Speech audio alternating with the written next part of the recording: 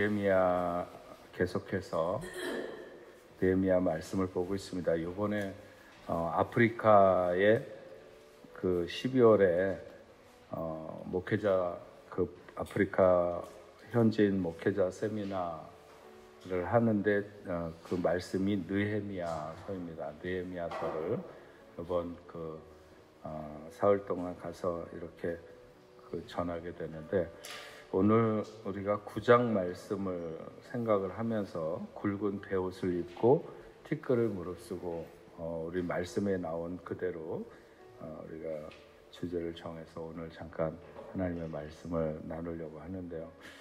이스라엘 백성들이 하나님 앞에 범죄해서 바벨론의 포로가 되어서 끌려갈 때 1차, 2차, 3차로 이렇게 끌려가게 되고, 하나님이 약속하신 70년의 세월이 지나고 하나님이 그들을 다시 돌려보내실 때에도 1차는 스룹바벨의 인도를 통해서 1차 귀환이 이루어지고, 2차는 에스라를 통해서 귀환하게 되고, 에스라가 귀환한 지 14년 후에 느헤미야가 예루살렘 성벽을 다시 건축하고자 하는 이런 사명을 안고 예루살렘으로 돌아오게 되는 것이 3차 귀환입니다. 그런데 그렇게 바벨론에서 3차 귀환한 느헤미야가 우리가 지난 시간에 계속해서 봤던 것처럼 52일 만에 정말 아무도 생각할 수 없을 정도의 번개 같은 그러나 온 이스라엘 백성들, 사람들이 마음을 합해서 성벽을 52일 만에 완공을 하고 나니까 성은 큰데 사람이 너무 그 성에 사는 사람이 적어서 인구 조사를 하게 되죠. 그래서 흩어져 있는 그리고 마땅히 예루살렘 성으로 돌아와서 살아야 되는 사람들을 다시 이렇게 재배치해서 예루살렘 성 안에 살면서 성문도 지키고 성벽도 지키고 누군가가 다시 이렇게 침공하지 못하도록 하는 이런 외곽의 어떤 방비, 이런 것들을 잘 하면서 살아갈 수 있도록 그렇게 만들고 난 후에 에스라를 통해서 하나님의 말씀을 낭독하고 그것을 통해서 그 모든 이스라엘 사람들의 어떤 내면의 성벽을 쌓는 그런 시간을 갖게 되는 거죠.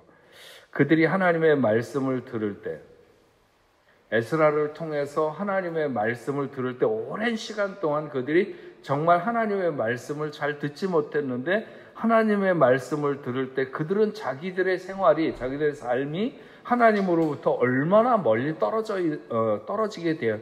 있었는가 하는 것을 깨닫게 되면서 그들은 그냥 눈물이 저절로 흐르게 된 거예요. 울려고 작정을 한 게 아니라 그냥 하나님의 말씀을 들으면서 자기네들이 얼마나 멀리 하나님으로부터 멀리 있었던가가 깨달아지면서 막 눈물이 저절로 흐른 거죠.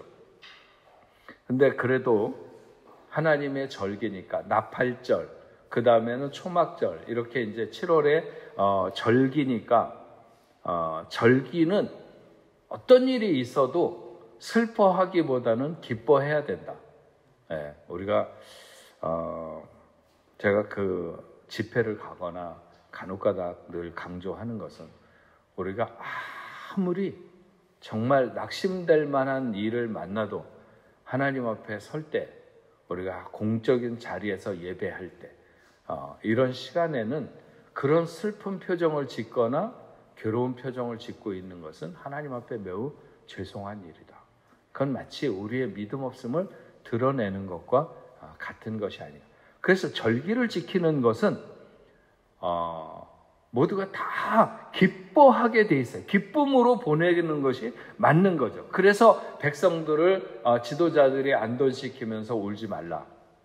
즉 하나님의 절기에는 울지 말고 오히려 기쁨을 함께 나누자. 그래서 절기를 준비하지 못한, 가난해서 준비 못했든지 아니면 뭔가 부족해서 준비를 못했든지 준비 못한 사람들에게 다 이렇게 뭐 먹을 거라든지 여러 가지 것들을 나누어 주면서 축제의 장을 이렇게 만들도록 한 거죠. 그래서 온 백성이 기뻐하면서 한 해를 시작하는 나팔절, 그러니까 신년, 우리로 말하면 신년이 이렇게 시작하는 그 절기죠. 그 절기에 막 백성들이 기뻐하면서 정말 하나님께서 마치 그런 그 바벨론에서 돌아올 때의 기쁨 말할 수 없겠죠. 근데 그 와서 이제 어느 정도 살다가 보니까는 현실에 여러 가지 그 상황이 너무 녹록지 않은 것에 따르는, 그래서 많이 좌절하고 또 뭐 시간이 많이 흘렀으니까요.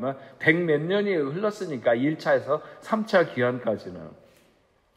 그러니까 그렇게 다운되어 있었는데 마치 이제 정말 하나님이 우리 가운데로 오신 것 같은 느낌을 가지면서 그들이 그 나팔절과 초막절을 이렇게 기쁨으로 보내게 되는 거죠. 그리고 오늘 이 9장 말씀은 그렇게 그 모든 절기의 행사가 22일 날, 7월 22일 날 끝나게 되는데, 그리고 나서 이틀이 지난 7월 24일에 초막절이 끝나고 난 후에 이틀 후죠. 그 백성들이 다시 모입니다.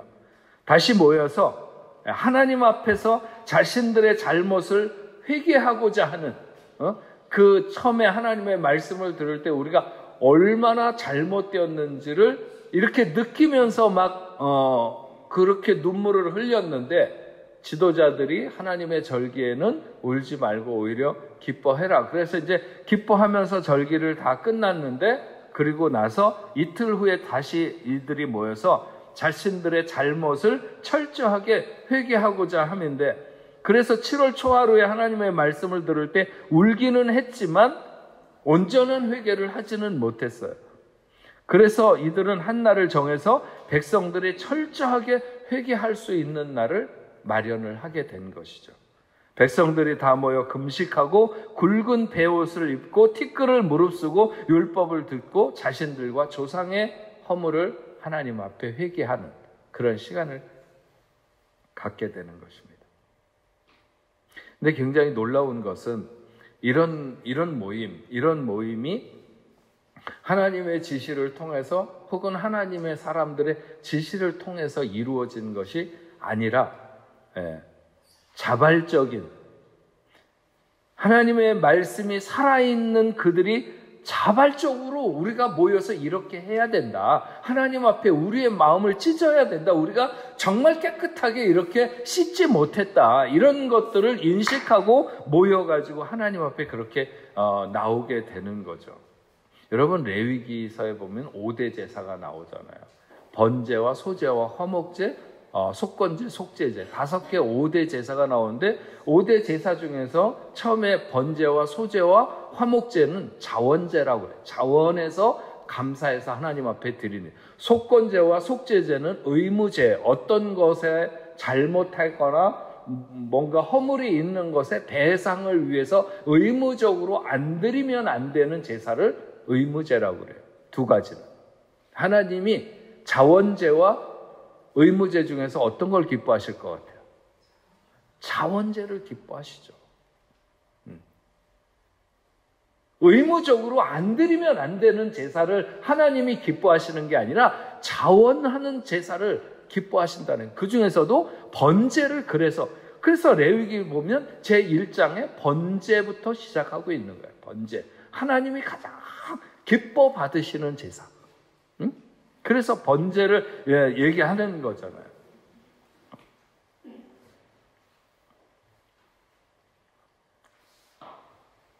하나님이 뭐든 자원하는 것을 기뻐하신다고 저는 분명히 생각합니다. 근데 사실 교회를 섬기는 일이나 혹은 아니면 우리가 이웃을 섬기는 일이나 전도를 하는 거나 선교를 하는 거나 이런 모든 것들이 다 이런 많은 어떤 강요라고 그럴까요? 아니면 해야 된다고 하는 여러 가지 이렇게 주문을 하는데 어느 정도 이렇게 성숙된 신앙, 제자, 내가 예수님의 제자로 살아야지, 이런 생각이 들게 되면 자원하는 것이 늘어나요. 그래서 이렇게 성경 공부, 제자 훈련이나 이런 거 하게 되면 왜 해야 되냐면, 일이 그 전에도 그냥 억지로 끌고 가듯이 교인을 끌고 가는 것들이 있어요. 근데 제자 훈련을 하신 분들이나 이런 분들은 자원하는 마음이 커. 내가 해야지. 내가 환경이나 상황이 안 돼서 못해도 내가 해야지. 그런 자원하는 마음들이 있어요. 그래서 뭐든지 하나님의 일을 함께 동역하자고 그럴 때 같이 하고 손을 들고 앞으로 나서고 그런 일이 있는 거죠. 어쨌든 자원하는 것을 하나님이 기뻐하시는데, 이들이 이렇게 모이게 된 것은 자원해서 회개하는 자리를 만든 거예요. 자원해서 회개하는 자리를. 근데 이들이 모여서 이렇게 기도한 내용들을 요약해 보면, 구약 성경을 전체적으로 이렇게 다 우리가 어떤 그 시간들을 보내왔는가라고 하는 것들을 이들이 이렇게 고백하고 있어요. 그래서 6절에는 창조에 대해서 얘기하고 있고, 7절과 8절에 창조에 나타난 창세기에 나타난 아브라함의 소명에 대해서, 하나님이 이렇게 구원의 첫 줄기가 시작되는 아브라함을 어떻게 부르셨는가, 그 다음에 이스라엘 백성들이 애굽에서 살다가 거기 애굽을 나오게 되는, 그리고 광야 생활을 하는 것, 광야 생활을 하는 중에 그들이 범죄하는 것, 그리고 가나안에 들어와서 땅을 정복하는 것, 이런 내용들을 9장에 다 담고 있어요. 그들의 어떤 하나님 앞에 회개하면서 자신들의 역사를 이렇게 쭉 줄줄이 그게 우리가 지금 무슨 이스라엘 사람들이 하나님을 바라보는 그런 똑같은 관점을 가지고 있는 것은 아니지만, 그래도 이스라엘 백성들에게 배워야 될 것들이 굉장히 많습니다. 굉장히 많은데, 그게 그 중에서 이렇게 그 사람들의 신앙이 가족 단위로 절기를 통해서 내려간다는 거예요. 그러니까 부모가 지키는 절기를 자식이 어떻게 지키는지를 다 보는 거예요. 부모가 이렇게 하는 거. 그래서 요즘에 이제 굉장히 미국에서도 그렇고 교회들이 자꾸 이렇게 연합으로, 그러니까 어린 아이들과 함께 드리는 예배, 그런 걸 많이 하는 이유 중에 하나가, 우리는 너무 자꾸 이렇게 예배를 갈라놓으려고 한다는 거죠. 뭐 나이별로 나누고 언어로 나누고 뭐로 나누고 해갖고 자꾸 나누는데 과연 그것이 옳으냐, 이런 얘기들을 많이 해요. 왜냐하면 예배는 희생인데, 모두가 다 희생적인 자세로 하나님 앞에 나오는 거예요. 자기가 죽어야 되는 거니까. 예배는 자기가 제물이 되는 거잖아요. 근데 그렇지 않고 그냥 다 내 조건에 맞춰서 내 의지에 내가 좋아하는 사람들끼리, 내가 말이 잘 통하는 사람들끼리 막 자꾸 이런 걸 나누려고 그러는 거예요. 그런 것들이 굉장히 어떻게 보면 하나님이 원하시는 것에서 멀어지는 것일 수도 있어요. 근데 어쨌든 이스라엘 백성들은 그런 하나님이 자신이 이기까지의 주관해 오신 역사 있잖아요. 그런 역사를 갖다가 쫙 선명하게 기억하는 거예요. 예. 계속 그러니까 13살이 될 때까지 모세 오경을 다 외우는 거예요. 다 외웁니다. 그 사람들. 그래서 우리로 말하면 세례받는 나이가 됐을 때 거의 모세 오경을 아이들이 다 외우는 거예요. 물론 이스라엘 사람들 중에도 가면 이제 이스라엘 사람들의 경건도를 나타내는 게 있잖아요. 이렇게 중절 모자 같은 거 까만 걸 쓰고 여기 머리 이렇게 내려오고 까만 양복을 입고 그다음에 까만 코트를 입고, 이 사람은 이제 이스라엘 사람 중에서 가장 경건한 무리 속에 속하는 사람이에요. 근데 이제 그냥 까만 옷이나 입고 까만 양복 같은 거에다가 그냥 이렇게 모자 쓴 그런 사람은 이제 그거보다 한 단계 낮은 사람이고, 그 다음에 그냥 이렇게 빵떡 모자 같은 것만 하나 올려놓고 다니는 사람은 세 번째 사람이고, 그 다음에 이제 이스라엘에 가도 아무것도 안 하고 다니는 사람이 있어요. 그 사람들은 스스로 자기는 개같이 사는 사람들이다. 이렇게 본인들이 그렇게 얘기를 해요.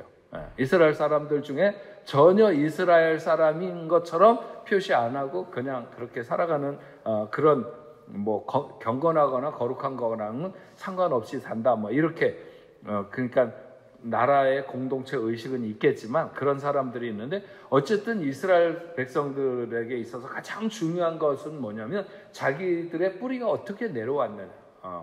하나님이 우리의 역사를 어떻게 주관하시는가. 근데 제가 얼마 전에도 얘기했지만 우리가 우리 역사에 대해서 얼마나 잘합니까?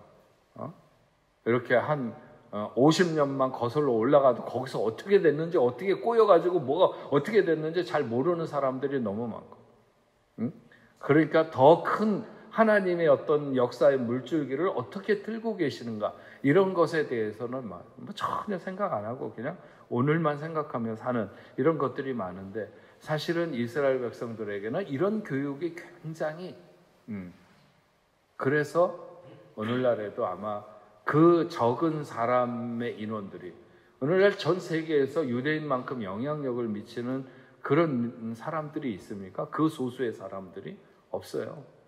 프랑스도 마찬가지고 미국도 마찬가지고 어디나 하여튼 돈이 되는 데는 다 유대인들이 다 잡고 있어. 그게 면세점이 됐든지 아니면 애들 데리고 어디 바캉스를 가는 그런 바캉스 데리고 가는 건 다 현금으로 주고받는 거잖아요. 그러니까 그런 거에 다 유대인들이 다 그런 것들을 다 해가지고 하여튼 기가 막힌 사람들이에요. 근데 그런 오늘날의 유대인들이 살아가는 그런 방식 말고 어쨌든 원래 유대인들이 여기 느헤미야 9장에서 이야기하는, 여러분들이 한번 쭉 읽어보세요. 이렇게 말씀을 듣고 가서 느헤미야 9장을 천천히 한번 쭉 읽어보면 이들이 어떤 마음을 가지고 어떻게 이렇게 했는가 하는 것을 알 수 있습니다. 근데 오늘 우리는 1절에서부터 4절까지만 읽었는데 여기에는 어떤 하나님과의 언약의 갱신을 위한 이스라엘 백성들의 영적 준비라고 그럴까요? 이런 마음의 준비, 새롭게 하려고 하는 이런 준비들을 나타내고 있는데, 이스라엘 백성들의 죄를 자복하면서 하나님 앞에 경배한 내용이죠. 그런데 오늘 굵은 베옷을 입고 티끌을 무릅쓰고 이렇게 말하고 있어요. 애통의 표시죠. 고대 이스라엘 백성들은 이런 슬픔을 외부적으로 나타내서 표시하는, 그들 중심에 있는 슬픔을 외부적 의식까지 이렇게 드러내는 이런 모습들. 제가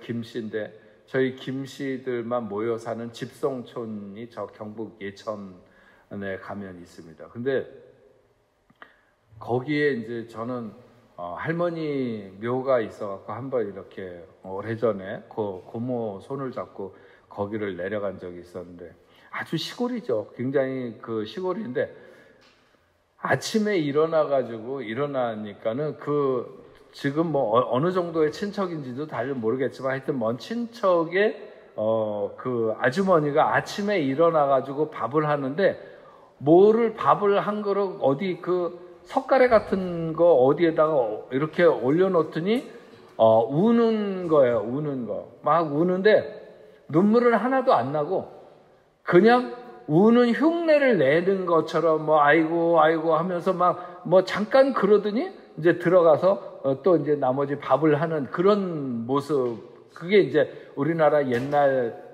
왜 집에서 그런 거 있잖아요. 그러니까 제가 생각할 때 아마도 그 집에 저희 친척 때는 그 집에 어른 중에서 누가 돌아가신 지 3년이 안 됐거나 이런 거예요. 그러니까 이제 시부모가 돌아가셨거나 하면 이제 어쨌든 그렇게 매일 밥을 할 때마다 그렇게 이제 밥을 떠놓고 우는 그런 뭐라 그럴까요? 아무리 자기 부모가 돌아가셨어도 그렇게 매일 눈물이 나고 그러겠습니까? 그런데 그렇지도 않은데 3년 동안이나 울려고 그러니까 거의 그냥 성가대 노래하듯이 이렇게 한다고 그럴까? 그냥 하여튼 그냥 울음을 그렇게 표현하는. 근데 이스라엘 백성들이 이렇게 어떤 슬픔을 그냥 자기 혼자 이렇게 눈물을 흘리는 게 아니라 집단적으로 어떤 의식과 같이 이렇게 나타내는, 서로 이렇게 알아들을 수 있도록, 물론 이런 것들이 이제 이스라엘 백성들에게 외식으로 이렇게 넘어가는 이런 패단이 있었습니다. 어쨌든 이 현대인들은 감정을 조절하려고 그러죠. 근데 이런 것들이 때로는 인격의 어떤 정서를 마비시키는 패단 같은 것들이 있다는 것입니다. 현대인들이 슬퍼해야 되는 일을 오히려 그냥 허탈하게 웃어버리거나, 슬픔을 표현해야 되는 시간에 표현하지 않는 사람들의 심령은 강팍해질 수 있어요. 강팍해질 수 있어요. 그래서 저는 성경 공부하다가 이렇게 보면, 우리 성경 공부하면 특색이 뭐냐면 많이 우는 거잖아요. 뭐라고 그랬어요? 누가 야단친 것도 아니야. 그냥 앉아서 서로 이렇게 얘기하려고 하면 감정이 격해져서 막 이렇게 눈물을 쏟고 그러는. 전 그게 하나님 앞에 지극히 정상이다. 정상이다. 이렇게 하나님 앞에 내가 하나님의 말씀을 공부하려고 앉게 하신 것도 하나님의 은혜고, 또 그 순간이나마 돌아보게 되면 그 순간순간 인도해 오시는 삶이 하나님 앞에 너무 감사하고, 감사와 여러 가지 그런 것들이 어우러지면서 울게 되는 거죠. 많이 웁니다. 굉장히 많이 울어요. 하여튼. 근데 그런 분들이 그렇게 어떤 운다고 하는 것은 어쨌든 강팍한 거하고는 거리가 먼 것 아니겠어요? 어떤 사람 맨날 우는데 강팍하다. 그거는 뭔가 이중적인 거죠. 그건 아니라고 봅니다. 어쨌든, 근데 여러분, 제가 늘 얘기하는 거지만 바꿀 수 있는 것은 과감하게 바꿔야 합니다. 여러분, 우리의 출생이나 부모나 가문이나 이런 것들, 때로는 어떤 환경도 우리의 의지로 바꿀 수 없는 것들이 있어요. 우리의 삶에는 누구에게나 다 바꿀 수 없는, 도저히 어떻게 바꿀 수 없는 것들이 있어요. 그런 것은 있는 그대로 받아들일 수밖에 없죠. 그러나 바꿀 수 있는 것은 과감하게 바꿔야 되는, 그게 뭐냐면 우리의 생각이나 우리의 의견이나 우리의 욕망이나 애착 같은 것들, 이런 것 내면과 관계된 것인데 바꿀 수 있는 것들입니다. 외부에서 온 것으로 바꿀 수 없는 것들이 분명히 있지만 내면적인 것은 자신이 다스리는 의지로 바꿀 수 있기 때문에 과감하게 바꾸고 받아들이는, 이것이 바로 하나님 앞에 나오는 자의 의지라고 봅니다. 우리는 운명론에 빠지면 안 됩니다. 하나님은 간절히 찾는 사람이 하나님을 만나게 된다. 그래서 열심히, 부지런히. 이 사람들이 하나님 앞에 회개하는데 오늘 말씀해 보면 몇 가지 자세들이 나오잖아요. 그 중에 가장 먼저 나오는 게 금식입니다. 금식. 국가적인 재난이나 개인적인 재난을 당했을 때 이스라엘 백성들은 금식합니다. 우리도 많이 금식하고 좀 고통스러운 시간도 있지만 그렇게 금식하려고 그런 것들이 점점 줄어들고 그러는데, 그래도 우리가 겸허하고 애통하는 마음으로 오직 하나님만 기억하며 회개하는 마음을 갖게 될 때 음식을 끊고, 요즘은 또 음식만 끊는 게 아니라 무슨 미디어를 금식해야 된다 그래서 무슨 핸드폰 안 들여다보기, TV 안 보기, 여러 가지 그런 것도 하는데, 경건의 의미로 그렇게 하려고 하는 것들이 다 귀한 노력이라고 생각이 듭니다. 어쨌든 근데 금식했다고 하는 것이고, 또 두 번째로 굵은 베옷을 입었습니다. 베옷을 입는 것은 슬픔과 겸비한 마음을 나타내는 거죠. 죄를 자복하고 애통해하며 자신을 쳐서 하나님 앞에 항복해서 금식하고 굵은 베옷을 입은 것처럼 가장 슬픈 마음으로 하나님의 뜻을 돌이키심을 원하는, 우리를 향하여 가지셨던 그런 어떤 굳은, 뭐라 그럴까요? 그 경직된 하나님의 마음을 푼다고 그럴까요? 너무 마음이 아파서. 우리가 죄악으로 나아갈 때 너무 마음이 아파서 가졌던 그런 마음들을 풀으시기를 원하면서 새로운 관계를 맺기 원하는 그런 간절한 마음을 보여주는 것이 베옷을 입는. 그래서 왕으로부터 어떤 그런 일이 있을 때 왕이 베옷을 입고 모든 백성으로 하여금 그렇게 입도록 하는, 여기 베옷을 입었다고 했습니다. 티끌을 무릅썼다. 티끌을 무릅썼다고 하는 것은 아간이 범죄했을 때 이스라엘에 닥친 하나님의 분노 앞에 여호수아가 땅을 머리에다가 대고, 그러므로 슬프고 절망적인 마음을 이 여호수아가 표현하잖아요. 머리는 신체의 부위 중에 가장 높임을 받는 곳으로, 이러한 머리를 땅에 댄다거나 아니면 땅에 있는 것을 머리에 뒤집어 쓴다고 하는 것은 모든 인간적인 높음과 어떤 교만을 꺾어서 땅바닥에 이렇게 딱 내려놓는다라고 하는 그런 의미에서 티끌을 뒤집어 쓰는 거예요. 머리를 땅에 대든지 아니면 땅에 있는 것을 뒤집어 쓰든지 하는 것은 인간에게 가장 존귀한, 그래서 옛날에 그 나라를 정복하게 되면 정복한 사람이 정복한 장수나 아니면 왕이 정복당한 나라의 왕을 땅에다가 머리를 이렇게 놓고 머리를 이렇게 발로 밟는, 가장 더 이상 낮아질 수 없는, 그렇게 낮추는 것을 말하는 거죠. 티끌을 무릅썼다. 그런 것입니다. 그 다음에 2절 말씀 오늘 보게 되면 모든 이방 사람들과 절교하고 서서, 이방인들은 이방 신을 섬기는 사람들, 이들은 하나님과 대적하는 사람들이기 때문에 하나님의 백성들은 이들과 통혼이 금지되게 돼 있었어요. 그러나 이스라엘 백성들은 여기저기 가나안 땅을 차지하거나 이러면서 그들과 통혼의 관계를 맺었죠. 하나님께서는 이스라엘이 이방인들과 구별되기를 원하셨고 그들의 악한 풍습과 우상 숭배의 더러움으로부터 자신을 깨끗하게 하는 일이 하나님과 하나님 자신과 관계를 회복시키는 데 있어서 굉장히 중요하다고 하는 것을 이스라엘 백성들이 알기를 원했던 거죠. 근데 이 사람들이 이제 그것을 행하는 거예요. 그래서 이방인들을 섞인 무리들 가운데서 추방하고 통혼한 자를 때리고 머리털을 뽑고 쫓아내서 떠나게 한 거죠. 성경에 보면 집단 이혼을 시켜갖고 돌려보내는 이런 기록도 하고 있습니다. 굉장히 어려운 일이죠. 세상에 이것만큼 어려운 일이 있을까요? 그런데 이 사람들은 정말 이렇게 돌이켰다는 것이죠. 그리고 죄와 허물을 자복했습니다. 개인이 지은 죄뿐만 아니라 자기의 그 조상들이 지은 허물까지도 자복했어요. 죄와 허물이 자복될 때만 끊어진 교제가 회복되고 하나님의 사유하심을 받게 되니까, 긍휼하심을 잊게 되니까 그들이 그렇게 했던 거죠. 느헤미야가 기도할 때에도 자기와 자기 그 집안의 모든 죄를 가지고 나갔던 것처럼 이스라엘 백성들이 자기들의 허물도 있었지만 쭉 그 하나님의 말씀을 들어보니까 자기네들의 열조들도 얼마나 하나님의 말을 안 듣고 그렇게 반복하면서 그랬는지를 알게 된 거예요. 그래서 그런 것을 함께 내놓는 거죠.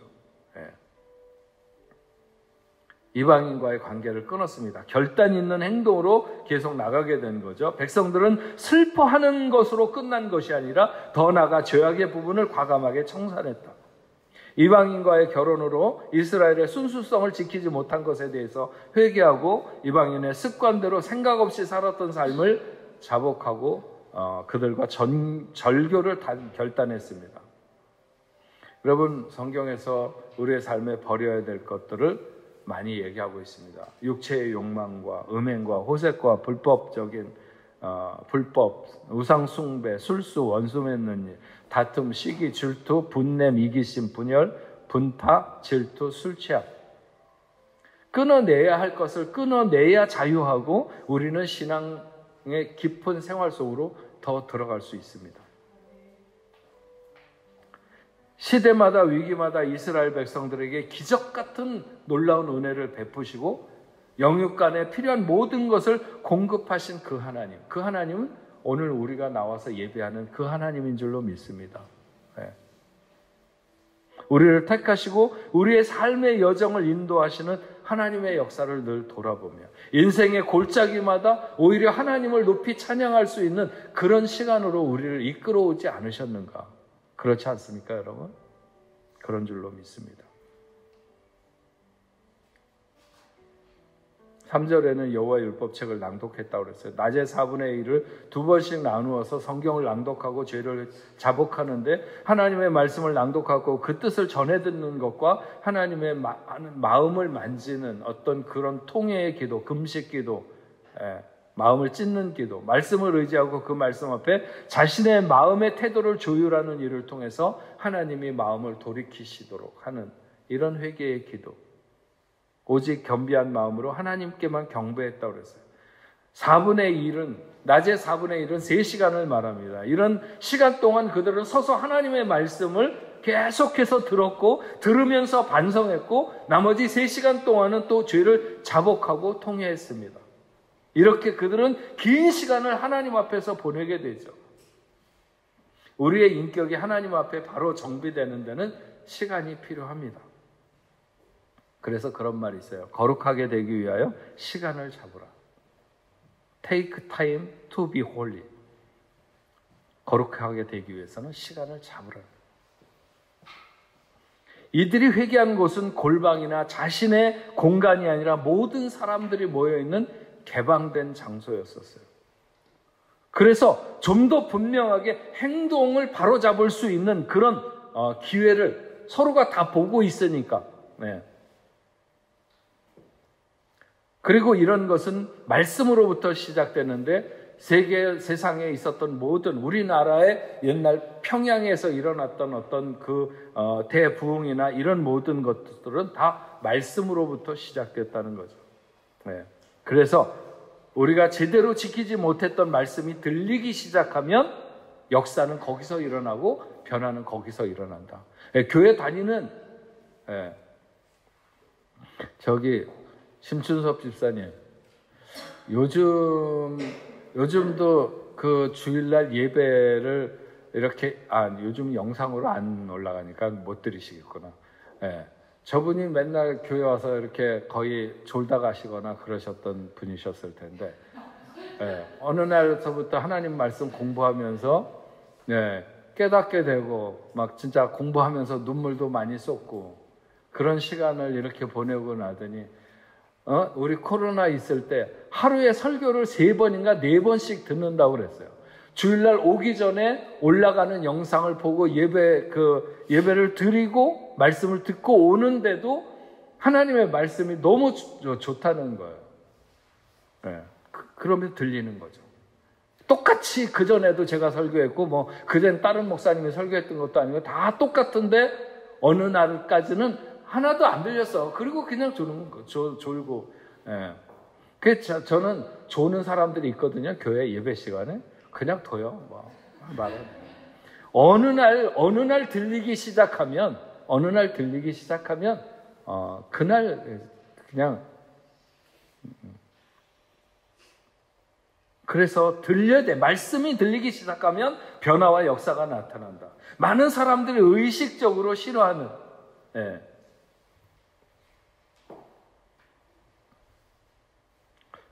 변화하고 싶은 변화하고 싶지 않은 쪽의 말씀을 이렇게 귀에 담으려고 그러는 사람들이 있잖아요. 난 그런 거 싫어. 그런 얘기하는 거 싫어. 죄에 대해서 뭐라고 얘기하는 거 싫어. 희망에 대해서 얘기하는 거, 소망에 대해서 선포하는 게 좋아. 막 이렇게 자기가 결정해요. 그러다 보니까 오늘 얼마나 좋아요. 어떤 목사님은 굉장히 말씀이 달콤하게, 우리 목사님은 왜 저렇게 못하실까?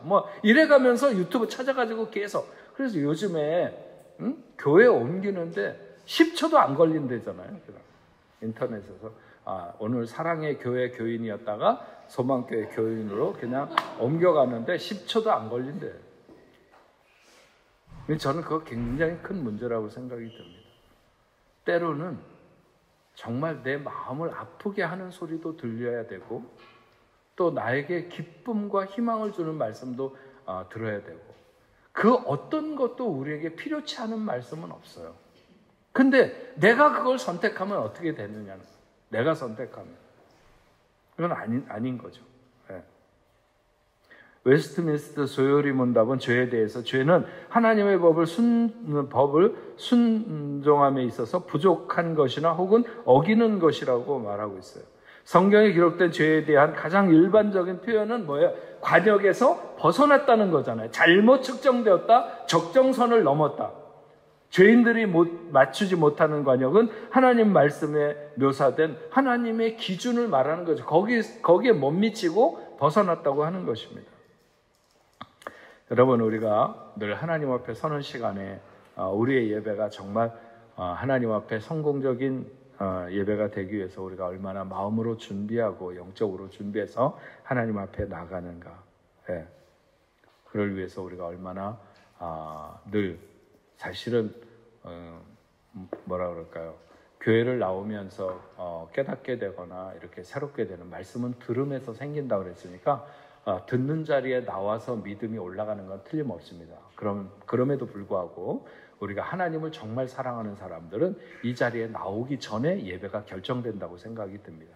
그만큼 마음으로 영적으로 준비돼서 하나님 앞에 서게 될 때 하나님께서 우리를 정말 이렇게 이스라엘 백성들이 마음을 찢으면서 하나님 앞에 나올 때 하나님이 얼마나 그런 시간을 원하셨고 그런 시간을 기다렸겠습니까?